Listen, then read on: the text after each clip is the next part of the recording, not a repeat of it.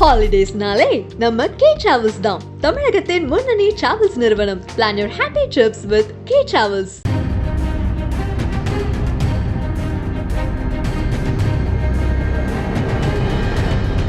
மூன்றாம் மனிதன் ஆடியோ ஃபங்க்ஷனுக்கு வந்திருக்க மரியாதைக்குரிய அனைத்து பத்திரிகையாளர் நண்பர்கள் மற்றும் டிவி ஊடக நண்பர்கள் எல்லாத்துக்கும் என்னுடைய பணிவான வணக்கத்தை தெரிவிச்சுக்கிறேன். அதே மாதிரி இந்த படத்தில் டைரக்டர் ராம்தேவ் அவருக்கு உறுதுணையாக இருந்த தயாரிப்பாளர்கள் இன்னும் நிறையா டெக்னீஷியன்ஸ் எல்லாருமே அவருக்கு ரொம்ப ஹெல்ப்ஃபுல்லாக இருந்திருக்காங்க. அவங்க எல்லாத்துக்கும் என்னுடைய வணக்கத்தையும் வாழ்த்துக்களையும் தெரிவிச்சுக்கிறேன். படத்தில் நடித்தவங்க நிறைய பேர் எங்கள் ஊர் நடித்தது ரொம்ப சந்தோஷமாக இருக்குண்ணா. நானும் நிறைய பேர்த்து கூட சோனியா அகர்வாலெல்லாம் அவங்க படத்தை பார்த்துட்டு இருந்த ஒழிய இந்த படத்தில் தான் காம்பினேஷனாக நடித்தோம். இன்றைக்கி காலையில் இன்னும் இங்கே வந்திருக்க எல்லாருக்குமே நண்பர்கள் எல்லாருமே இதுக்கு ஃபங்க்ஷனுக்கு வந்திருக்கவங்க ராம்தேவ் சம்மந்தப்பட்டவங்க எல்லாத்துக்கும் என்னுடைய வணக்கத்தை தெரிவிச்சுக்கிறேன். காலையில் பேப்பர் படித்தப்போ ரொம்ப சந்தோஷமாக இருந்தது. என்னென்னா இந்த 2023 ஆண்டில் நல்ல பேர் வாங்கின டைரக்டர்ஸ் அப்படின்னு சொல்லி ஒரு பெரிய பட்டியல் போட்டிருந்தாங்க. கிடா டைரக்டர் வெங்கட், அப்புறம் நான் நடித்த டாடா அந்த படத்தினுடைய டைரக்டர் கணேஷ் பாபு, மந்திரமூர்த்தி அயோத்தி படம் பண்ணவர், அப்புறம் விநாயக் சந்திரசேகரன் குட் நைட் அந்த படம் பண்ணவர், விக்னேஷ் ராஜா போர் தொழில், ராம் சங்கையா தண்டட்டி அந்த வில்லேஜ் சப்ஜெக்டு, ராம்குமார் பாலகிருஷ்ணன் இப்போ பார்க்கிங்னு ஒரு படம், அப்புறம் அருள் செழியன் அவர் குயிக்கோ அந்த படம் பண்ணியிருக்காரு, அப்புறம் ஹரிகரன் ராம்னு சொல்லி ஜோன் ஒரு படம், இப்போ 1000 புட்காசுகள் ரிலீஸ் ஆகிருக்கு ரவி முருகையா.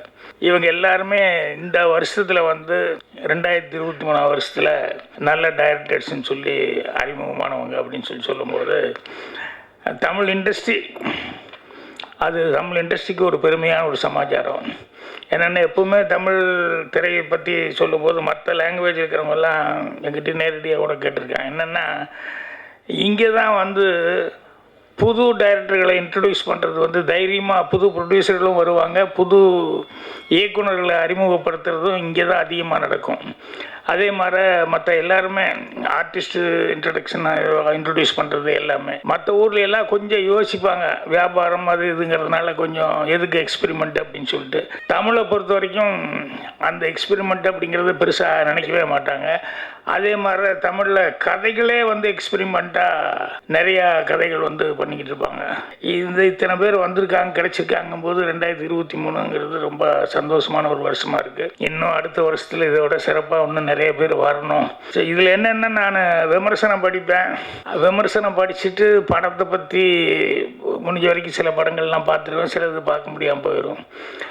பத்திரிகைகள் அவருடைய விமர்சனங்கள் இந்த படங்களுக்கு எல்லாமே ரொம்ப ஜெனுவனான விமர்சனமாக இருந்தது. எல்லாருமே அவ்வளோ நல்லா அப்ரிஷியேட் பண்ணி இந்த படங்களை அவங்களுடைய கை கொடுத்து அவங்களுடைய ஆதரவு தெரிவித்து ஆனால் சக்ஸஸ்க்கு அது ரொம்ப முக்கியம். பத்திரிகையாளர்கள் ஊடக நண்பர்கள் அவங்களுடையது. ஸோ இவங்க எல்லாருமே கரெக்டான முறையில் அது ராம்தேவ் அவரை பற்றி சொல்லணுன்னா நிறையா சொல்லணும். என்னென்னா அவர் எப்படி ப்ரொடியூசர்களை பிடிக்கிறாருன்னு எனக்கு ஒன்றும் புரியல. அது ஒரு திறமை வேணும். ஏன்னா நிறைய பேர் அசிஸ்டண்ட்டு கூட சில பேர் இருந்தாங்க. இவன் நல்லா வந்துடுவான் அப்படின்னு நினச்சிட்டு இருப்பேன். வாய்ப்பு வந்தால் தானே நல்லா வர்றதுக்கு. வாய்ப்பு வர்றதே ரொம்ப பெரிய பிரச்சனையாக இருந்தது. அவன் எங்கே போய் யாரை பிடிக்கிறதுன்னு தெரியாமல் டெய்லி போகிறோன்னு சொல்லிட்டு இருப்பான். ஆனால் ராம்தேவ் பாருங்கள், ஒரு ஆள் பிடிச்சா பரவாயில்ல, ஒரு 3-4 பேர் பிடிச்சிருப்பாருன்னு நினைக்கிறேன். அவங்ககிட்ட எல்லாம் எந்த அளவுக்கு நம்பகத்தன்மையாக அவர் நடந்துக்கிறது, பேச்சுவார்த்தைகள் இருந்தால் அதெல்லாம் அதுக்கு ரொம்ப அவரை பார்க்கும்போது அதுதான் முதல்ல ஒரு டெக்னீஷியனுங்கிற முறையில் எனக்கு இந்த படத்தில் நீங்கள் நடிச்சு கொடுக்கணும் அப்படின்னு சொல்லி கேட்டார். சரி, ஒரு டெக்னீஷியன் அவரே டைரக்ட் பண்ணுறவரே படமும் ப்ரொடியூஸ் பண்ணுறாரு அப்படின்னு சொல்லும்போது சரிங்க அப்படின்னா. அதுக்கப்புறம் தான் தெரிஞ்சது ஒரு வேஷம் போட்டு டக்குன்னு நின்னார். என்னது புதுசாக இருக்கு என்ன? இல்லை சார் அப்படின்னாரு. அப்புறம் பார்த்தா ரொம்ப முக்கியமான ஒரு ரோல் எடுத்துக்கிட்டார் ஆனால் அவர் கான்செப்ட் ஒன்று அவர் பிடிச்சிருக்காரு. ஒரு டிஃப்ரெண்ட்டாக இருந்தது அந்த கான்செப்ட் அவர் பிடிச்சது. பிக்சர் ஓப்பனிங்லேயே நான் தான் பிக்சர் ஓப்பனிங்கே மேலே ஓப்பன் ஆகும். நான் டிவி பார்த்துருக்க மாதிரி அந்த பிரணா இவங்க அந்த டிவியில் வருவாங்க அவங்க குழந்தையோட. ஸோ எண்டும் அதே மாதிரி வந்து அந்த படத்தினுடைய எண்ட்லேயும் வந்து அவங்க மேலே என் மேலேயே அவங்க மேலேயும் ஃபினிஷ் பண்ணியிருப்பாங்க. என்னன்னா க்ரைம் இருந்தால் கூட அதில் வந்து எப்படி க்ரைமை எப்படி கண்டுபிடிக்கிறாங்க அப்படிங்கிறதெல்லாம் வந்து அது நிறைய விஷயங்கள் அப்படி சுற்றி அப்படி வந்துக்கிட்டே இருக்கும். ஆனால் கடைசியில் அது என்ன அப்படின்னா அந்த அதில் ஒரு சென்டிமெண்ட் வச்சுருந்தார். என்னென்னா ஒரு இன்னசென்ட்டாக இருக்கிற பசங்க யங்ஸ்டர் அவங்க வந்து ஒரு தப்பு செய்யாத அவங்க மேலே தப்பு இல்லை, ஆனால் சூழ்நிலை அப்படி ஆகிப்போச்சுன்னு சொல்லிட்டு அவங்க இவங்களுக்காக தியாகம் பண்ண வருவாங்க.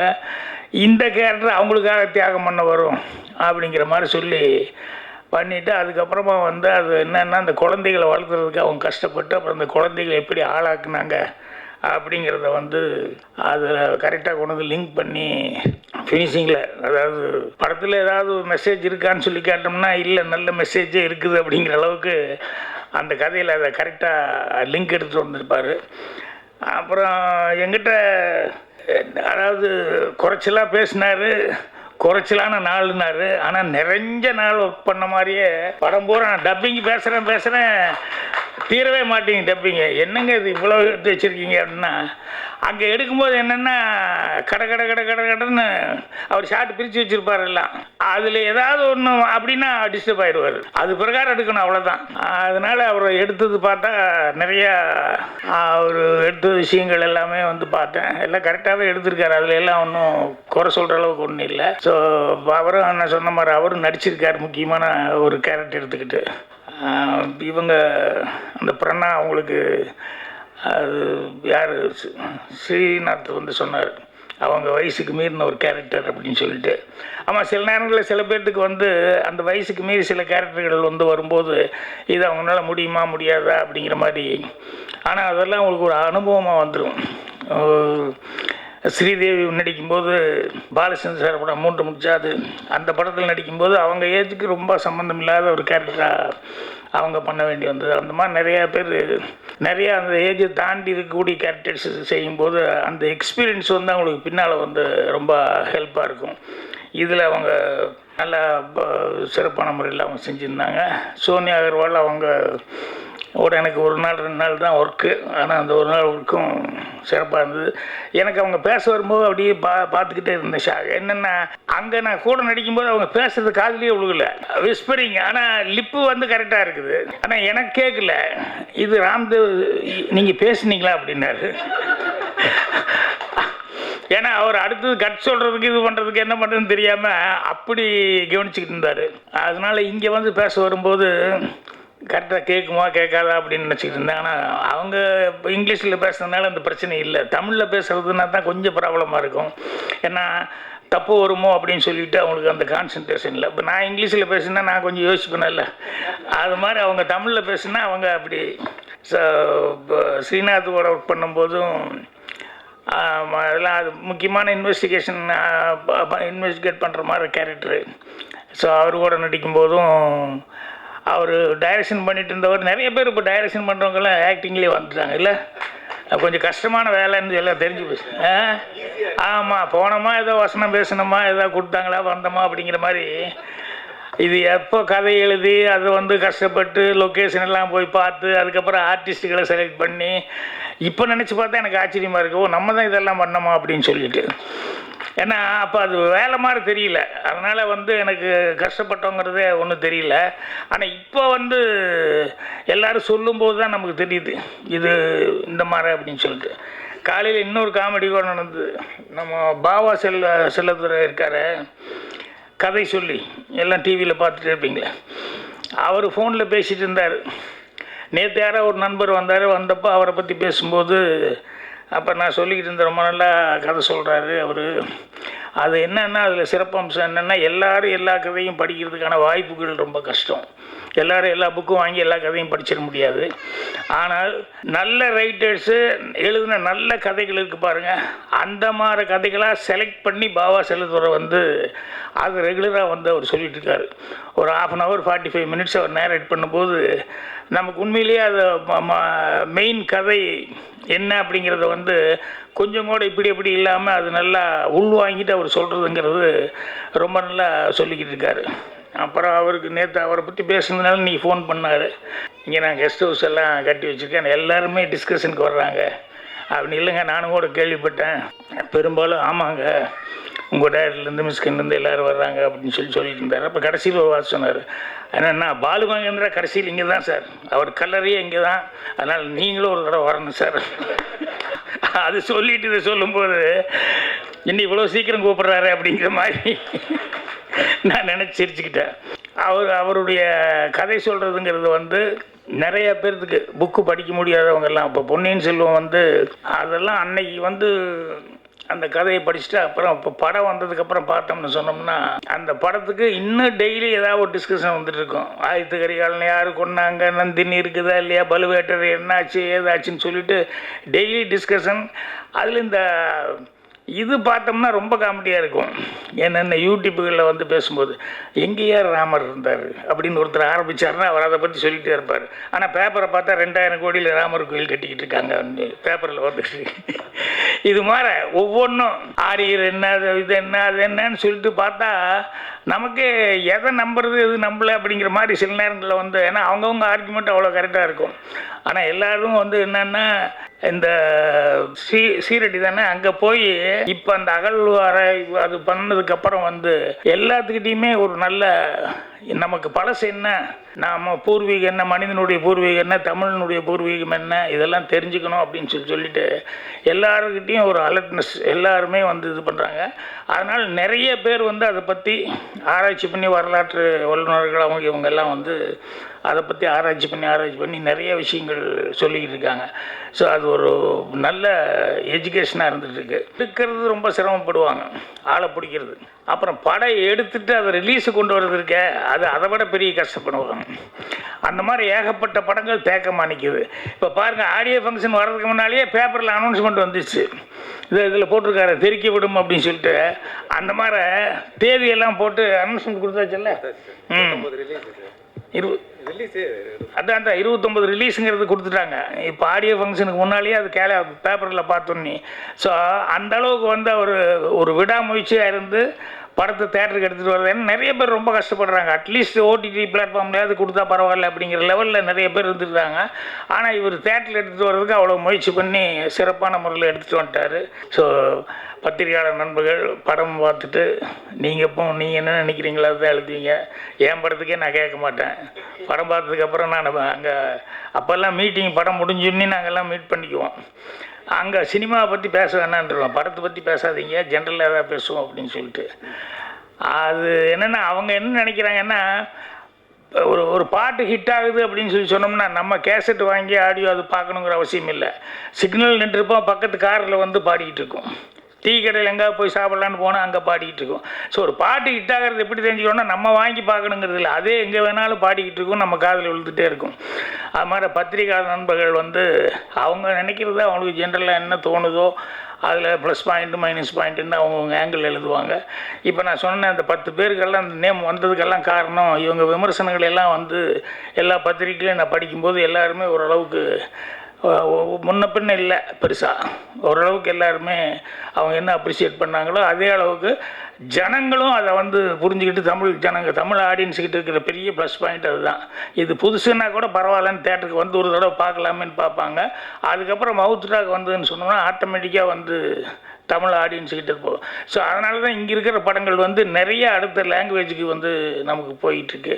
அதே மாதிரி நம்ம டெக்னீஷியன்ஸ் எல்லோரும் எல்லா லாங்குவேஜ்லேயும் வந்து ஒர்க் பண்ணிகிட்ருக்காங்க. இதெல்லாம் நம்மெல்லாம் பெருமைப்படக்கூடிய ஒரு சமாச்சாரம். ஸோ எல்லாத்துக்கும் புத்தாண்டுக்குள்ளே மறுபடியும் மீட் பண்ண போகிறோமா என்னென்னு தெரியல, ஃபங்க்ஷனுக்கு என்னென்னு தெரியல. மறுபடியும் நானும் வெளியூரெல்லாம் போக வேண்டிக்கிறதுனால அட்வான்ஸாக புத்தாண்டு நல்வாழ்த்துக்கள் எல்லாத்துக்கும் தெரிவிச்சுக்கிறேன். ராம்தேவ் அவர்களுக்கும் அவர் டீமுக்கும் அட்வான்ஸாக என்னுடைய நல்வாழ்த்துக்கள் தெரிவிச்சுக்கிறேன். நன்றி, வணக்கம். எல்லாருக்கும் வணக்கம். மேடையில் இருக்கிற பாக்யராஜ் சாருக்கு, சோனியாஜிக்கு, மேடையில் அமர்ந்திருக்கும் ப்ரொடியூசர்ஸ் எல்லாருக்கும் வணக்கம். இந்த படத்தில் கமிட் ஆனதுக்கு மெயினான ஒரு ரீசன் என்ன அப்படின்னா, நான் பாக்யராஜ் சாரோடைய மிகப்பெரிய ஃபேன் ஸ்கூல்ல இருந்து. ஸோ ஃபஸ்ட்டு என்கிட்ட ராம்தேவ் சார் சொல்லும்போது, இந்த மாதிரி இப்படி ஒரு படம், இப்படி ஒரு த்ரில்லரு நீங்கள் பண்ணுறீங்க அப்படிங்கும்போது, பாக்யராஜ் சாரோட காம்பினேஷனு, ஒரு க்ரைம் இன்வெஸ்டிகேஷன், ஸோ உங்களை இன்வெஸ்டிகேட் பண்ணுற மாதிரி அப்படின்னோடனே நான் வேறு எதுவுமே சொல்ல. பாக்யராஜ் சார் கூட நடித்து ரொம்ப நாள் ஆச்சு. இன்ஃபேக்ட் உத்தமபுத்திரனில் சார் கூட நடித்தேன். அதுக்கப்புறம் ஒரு வாய்ப்பே கிடைக்கல. ஸோ அதனால் சரி அவர் கூட நடிக்கணும் அப்படின்றதுக்காகவே இந்த படம் ஒத்துக்கிட்டேன். தேங்க்ஸ் ராம்தேவ் இந்த ஆப்பர்ச்சுனிட்டி கொடுத்ததுக்கு. எல்லாருக்கும் தெரியும் பாக்யராஜ் சார் எவ்வளோ பெரிய டேலண்டட் ஒரு டைரக்டர் மட்டும் கிடையாது. ஹீஸ் எவ்வளோ பன்முகம் கொண்ட ஒரு என்ன சொல்கிறது, ஒரு ஆக்டர், ஒரு டைரக்டர், ஒரு ப்ரொடியூசர், ஒரு மியூசிக் டைரக்டர், ஒரு பத்திரிகையாளர், ஸோ ஒரு டிஸ்ட்ரிபியூட்டர், இவ்வளோ ஒரு பன்முகம் கொண்ட ஒருத்தருடைய ஃபேனாக இருக்கிறது நான் ரொம்ப சந்தோஷப்படுறேன். நான் அசிஸ்டன்ட் டைரக்டராக ஃபஸ்ட்டு ஜாயின் பண்ணும்போதே நான் கேள்விப்பட்டிருக்கேன், பாக்யராஜ் சார் எதையுமே எதிர்பாராமல் டைரக்டருக்கு ஹானஸ்ட்டாக இருக்கணும், அந்த ஸ்கிரிப்டுக்கு ஹானஸ்ட்டாக இருக்கணும், அந்த கதைக்கு படத்துக்கு ஹானஸ்ட்டாக இருக்கணும்னு சொல்லி ஃபைட் பண்ணுவார். ஜென்யூனாக சின்சியராக ஒர்க் பண்ணுவார் அப்படின்னு. அதே மாதிரி நான் ஒர்க் பண்ணணும் அப்படின்னு ஆசைப்பட்டேன். ஹீஸ் அ வெரி பிரில்லியன்ட் மேனுங்க. என்னன்னா முந்தனை முடிச்சு படத்தில் நீங்கள் பார்த்தீங்கன்னா கொஞ்சம் முருங்கக்காய் மேட்டரும் அப்படியும் வச்சுருப்பார். என்ன அப்படின்னா ஒரு யூத்துக்கு, பெரியவங்களுக்கு அப்படின்னு சொல்லி, அதே மாதிரி ஜனரஞ்சகமாக அந்த படத்தை ஆக்கணும் அப்படின்றதுக்காக ஹீரோயினோட ஃப்ரெண்ட்ஸ் யாருன்னு பார்த்தோன்னா குட்டி குட்டி பசங்க, அவங்க கூடயே சுற்றிட்டு இருப்பாங்க. ஸோ இந்த படத்தை ஜனரஞ்சகம் ஆக்கணும் அப்படின்றதுக்காக அவர் யோசிக்கிற அந்த யுக்தி பார்த்தீங்களா, இதெல்லாம் தான் அவர்கிட்ட இருந்து நான் கற்றுக்கிட்ட ஒரு விஷயங்கள். அதெல்லாம் இம்ப்ளிமெண்ட் பண்ணணும்னு நினைக்கிறேன். ஒருத்தர் மேலே நம்ம அதிகமாக ஒரு என்ன சொல்கிறது, ஒரு அன்பு நேசம் அப்படி வைக்கும்போது ஆட்டோமேட்டிக்காக நமக்கு அது போய் அட்டாச் ஆகும்னு நினைக்கிறேன். அதனால தான் சாந்தனோட அவர் சன்னோட நான் இன்னைக்கு நல்ல ஃப்ரெண்டாக இருக்கிறேன். அகேன் சோனியாஜி, உங்களை பார்த்து ரசிக்காத ஆள் கிடையாது.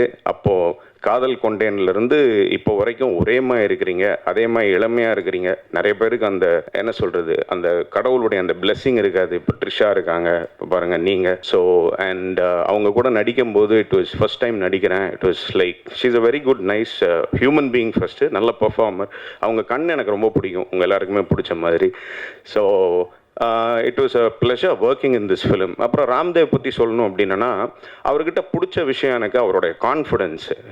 என்ன சார் நம்ம பண்ணிடலாம் அப்படின்ற மாதிரி அவருடைய கான்ஃபிடென்ஸு, ப்ளஸ் எல்லா வேலையும் செய்வார். ஒரு ப்ரொடக்ஷன் மேனேஜர் வேலை, அசிஸ்டன்ட் டைரக்டர் வேலை, அசிஸ்டன்ட் கேமராமேன் வேலை. ஸோ அவரே இந்த படத்தில் ஒரு முக்கியமான கதாபாத்திரத்தில் நடிச்சிருக்கிறாரு. ஸோ அந்த கான்ஃபிடென்ஸ், அந்த ட்ரைவ் அவரே ப்ரொடியூஸ் பண்ணியிருக்கிறாரு ஃப்ரெண்ட்ஸோட சேர்ந்து. அவருக்கு சப்போர்ட் பண்ண ஃப்ரெண்ட்ஸுக்கு உண்மையிலே நான் I have to congratulate you people. So அவருடைய ஸ்ட்ரென்த்து டயலாக்ஸில் அவர் நல்ல டயலாக் எழுதுவார். என்னென்னா சோஷியல் மீடியாவில் அது போய் நல்லா ரீச் ஆகணும் அப்படின்ற மாதிரி யோசிச்சு எழுதுவார். ஸோ இன்றைக்கி அவ்வளோ ஸ்ட்ராங்கான ஒரு பிளாட்ஃபார்ம் சோஷியல் மீடியா. ஸோ அதில் தான் இன்றைக்கி எல்லா இளைஞர்கள் எல்லாருமே ஃபோக்கஸ்டாக இருக்கிறாங்க. ஸோ அதுக்கு தகுந்த மாதிரி அதில் வைரல் ஆகிற மாதிரியான ஒரு என்ன சொல்கிறது டயலாக்ஸ்லாம் எழுதணும் அப்படின்னு நினைப்பார்.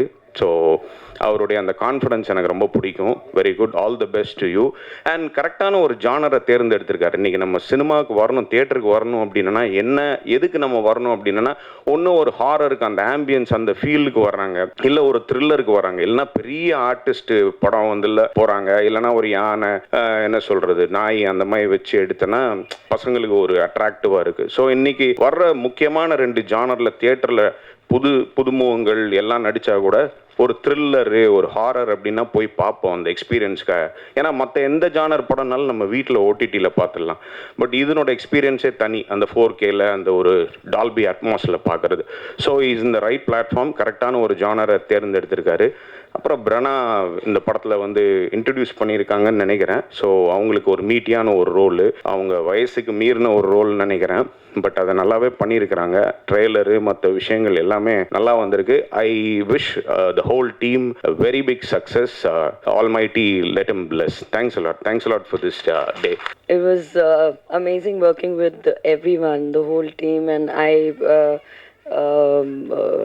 I think I have to thank Director Ramdev for giving me the opportunity to act with Bhagyaraj sir, a legend, and amazing experience.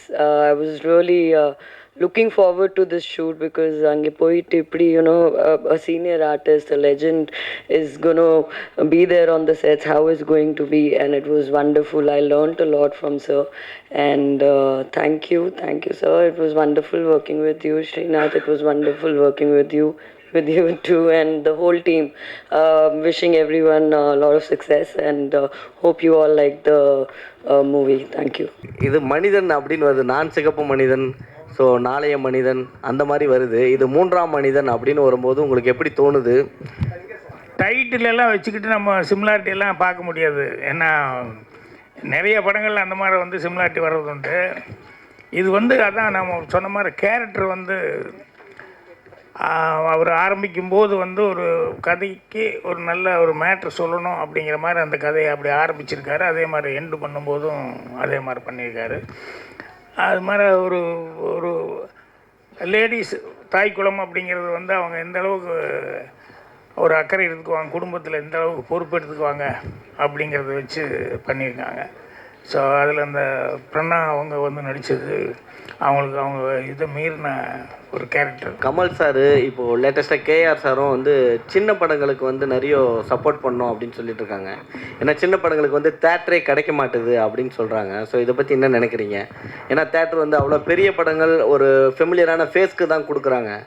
So இந்த மாதிரி படங்கள்லாம் வரும்போதே ஒரு ஷோ கிடைக்கிது பெரிய விஷயமா இருக்குது. இல்லைங்க, இங்கேயே நான் பல தடவை சொல்லியிருக்கேன். என்னன்னு சொன்னோம்னா, ஒரு காம்ப்ளெக்ஸில் வந்து பெரிய படங்கள் போடுறாங்கன்னா ஒரு படமாவது சின்ன படம் வந்து கம்பல்சரியாக போடணுன்னு கவர்மெண்ட் வந்து ரூல்ஸ் கொண்டு வரணும். அதுக்கு வந்து ப்ரொடியூசர்ஸ் கவுன்சில் இவங்கெல்லாம் ஒரு போராட்டம் பண்ணி அப்படி பண்ணால் தான் கரெக்டாக வருமோ ஒழிய இதை அவங்களா பார்த்துக்குவாங்க அவங்களா பண்ணிக்குவாங்கன்னு சொன்னோம்னா எப்படி சரியாக வரும்? நீ பார்த்துக்கோ நான் பார்த்துக்கோ அப்படின்னு சொல்லி சொன்னா. அதனால் கவர்மெண்ட்டும் வந்து இல்லை சின்ன படங்களை என்கரேஜ் பண்ணோம் அப்படின்னா அதுக்கு வந்து என்ன தயாரிப்பாளர்கள் சங்கம் இவங்கெல்லாம் வந்து அதுக்கு ஒரு பெரிய ஸ்டெப் எடுத்துக்கிட்டு போய் நிற்கணும். போய் நின்னோம்னா 4 தேட்டரில் வந்து ஒரு படம் ஓடுது அப்படின்னா இப்போ பெரிய ஆர்டிஸ்ட்டுக்கு படங்கள்லாம் ஓடிட்டுருக்குன்னு வச்சுக்கோங்களேன். சப்போஸ் டிக்கெட் கிடைக்கலன்னா சரி அடுத்த ஷோ புக் பண்ணிவிட்டு அதுக்குள்ளே இந்த வந்துட்டோமே எவ்வளோ தூரம் அப்படின்னு சொல்லிட்டு சரி சின்ன படம் ஒன்று இது எப்படி இருக்குது பார்க்கலாமே அப்படின்னு சொல்லிட்டு இப்படி தோணும். ஆனாலும் அப்படி டிக்கெட்டு கிடைக்காம ஃபஸ்ட்டு டே இரவு பகல் படமெல்லாம் அப்படி தான் போனேன். ஏதோ ஒரு படத்துக்குன்னு போனேன்.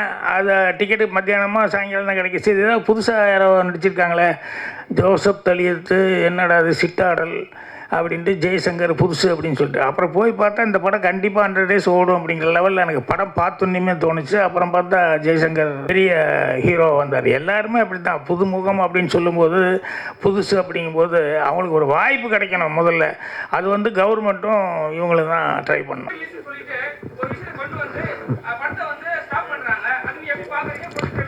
இல்லைங்க, சினிமாவில் வந்து இப்படித்தான் பண்ணணும் அப்படித்தான் பண்ணணும்னு சொல்லிட்டு எந்த ரூல்ஸ் ரெகுலேஷன்லாம் அப்படியெல்லாம் கிடையாது. வியாபார யுக்தி யார் வேணாலும் என்ன வேணால் பண்ணலாம். நம்ம சொல்கிறது என்னென்னா பழைய படங்கள் மறுபடியும் கொண்டு வந்து போடுறாங்கன்னு சொன்னோம்னா அதுவும் பெரிய ஆர்டிஸ்ட் படம் தான். அதுதான் வந்து மறுபடியும் ரிலீஸுக்கு வருது, ரீரிலீஸு. நான் என்ன சொல்கிறேன்னா ஒரு காம்ப்ளெக்ஸில் 4 ஓடுது அப்படின்னு சொன்னோம்னா நீ சின்ன படம் கம்பல்சரியாக போடணுன்னு ஒன்று கொண்டு வந்துட்டீங்கன்னு சொன்னோம்னா அது போதும். இது வந்து சின்ன படங்கள் நடுவில் வந்துருச்சு அப்படின்னு சொன்னாலே அது வந்து அந்த ப்ரொடியூசர்களுக்கு வந்து ஒரு வாய்ப்பு கிடைக்கும். அந்த டைரக்டர்ஸு அந்த நடித்தவங்க எல்லாத்துக்குமே இதில் வந்து இது ஏன் போடுறீங்க அது ஏன் போடுறீங்கன்னு நம்ம பார்க்குறத விட இவங்களுக்கும் ஒரு வாய்ப்பு வரணும் அப்படிங்கிறத அது ஒரு சட்டம் மாதிரி கொண்டு வந்தால் தான் கரெக்டாக இருக்குன்னு சொல்ல வர்றேன். சார் சினிமாவில் இயக்குனர் சங்கம் தயாரிப்பாளர் சங்கம் ஒற்றுமையாக இருக்குன்னு நினைக்கிறீங்களா? அப்பப்போ சண்டை வருது, அது எல்லா காலத்தையும் நடக்கிறது தான். அப்படி இருக்கும் எல்லோரும் சேர்ந்து கலைஞர் என்னன்னு பார்க்கணும். அவர் ஆரம்ப காலத்துலேருந்து சினிமாவில் இருந்தவர். அவர் ஆரம்பத்தில் வந்து படத்தில் வந்து வசனங்கள் எழுதினவர், கதை வசனம் எழுதினவர் அப்படின்னு சொல்லிட்டு அவர் ஒரு ரைட்டராக வந்து நம்ம பார்த்தா அதுக்கு ஒரு மரியாதை கொடுக்க வேண்டியது இருக்குது அப்படிங்கிறது எல்லாத்துக்குமே தெரியும் இல்லையா? ஸோ அதனால் 100ஆண்டு விழாங்கும்போது இதில் நீ யார் நான் யார் அப்படின்னெல்லாம் யாருமே பார்க்குறதில்ல. அவருக்கு ஒரு மரியாதை செய்யணும் அப்படிங்கிறது எப்பவுமே அவங்கெல்லாம் என்ன சாதனை பண்ணாங்களோ அதை வந்து நம்ம வந்து மறுபடியும் புதுப்பிச்சுக்கிட்டே சொல்லிக்கிட்டு இருக்கணும். அப்போ தான் அடுத்த ஜென்ரேஷனுக்கு அது தெரியும். அவங்களுக்கு 100ஆண்டு விழா எடுக்கணும்னா அவர் என்ன வசனம் எழுதுறாருன்னு சொன்னோம்னா அப்போ தான் அவன் வந்து திருப்பி பார்ப்பான். பராசக்தி படமெல்லாம் அவர் என்ன டைலாக் எழுதினார் என்னங்கிறதெல்லாம் திருப்பி பார்க்குறதுக்கான வாய்ப்புகள் வருது. சோனியாஜி உங்கள்கிட்ட தான் நீங்கள் ஃபீல்டுக்கு வந்து 20 வருஷத்துக்கு மேலே ஆகிடுச்சு. ஆனால் இன்னமும் ஆங்கிலம் சொல்லிட்டு இருக்காங்களே உங்களை, ஆங்கிலத்தில் தான் மேனேஜ் பண்ணுறாங்க அவங்க பேசுகிறதெல்லாம் அப்படின்னு சொல்கிறாங்களே. தமிழில் நீங்கள் பேசாமல் ஆங்கிலத்தில் மேனேஜ் பண்ணிட்டு இருக்கீங்க. இல்லைங்க, நடிக்கிறதெல்லாம் தமிழில் பேசும்போது பிக்கப் பண்ணி நடிச்சிடுறாங்க. நான் சொல்ல வந்தது என்னென்னா ஃப்ளோவாக பேசுகிறது அப்படிங்கிறது இருக்குல்ல. அது அவங்கவுங்க தாய் பாஷை அப்படின்னு சொன்னோம்னா அது கொஞ்சம் ஃப்ளோவாக பேச முடியும். இன்னொரு பாஷைங்கும் போது அவங்க கொஞ்சம் டைம் எடுத்து கற்றுக்கிட்டு தான் இது பண்ணி ஆகணும். ப்ராமிட் பண்ணி பண்ணும்போதும் கரெக்டாக கேட்டு பண்ணிடுறாங்க. அதனால் சில பேர்த்துக்கு வந்து சில அவங்கவுங்க தாய்மொழி தவிர்த்து வேறு ஏதாவது பேசுகிறது எத்தனை வருஷம் ஆனாலும் இருக்குது. இப்போ என்னையே கேட்பாங்க எல்லோரும், என்ன கோயம்புத்தூர் கொங்கு நாடு பாஷை மாறாது, என்ன பண்ண முடியாது. ஸோ நான் பேச ஆரம்பிச்சுன்னுமே கோயம்புத்தூருங்கிறது ஈஸியாக தெரியும். ஸோ அது சினிமாவில் நான் என்ன மாற்றணும்னு நினச்சா கூட பட் எல்லாம் ரசிக்கிறாங்கும் போது ஓகே அதையே பண்ணிட்டு போயிடுவோம். அதையே நம்ம விசப்பரிச்சியாக போகணும் அப்படின்னு சொல்லிட்டு பண்ணுறதில்ல. ஹாலிடேஸ்னாலே நம்ம கே டிராவல்ஸ் தான். தமிழகத்தின் முன்னணி டிராவல்ஸ் நிறுவனம். Plan your happy drips with K travels.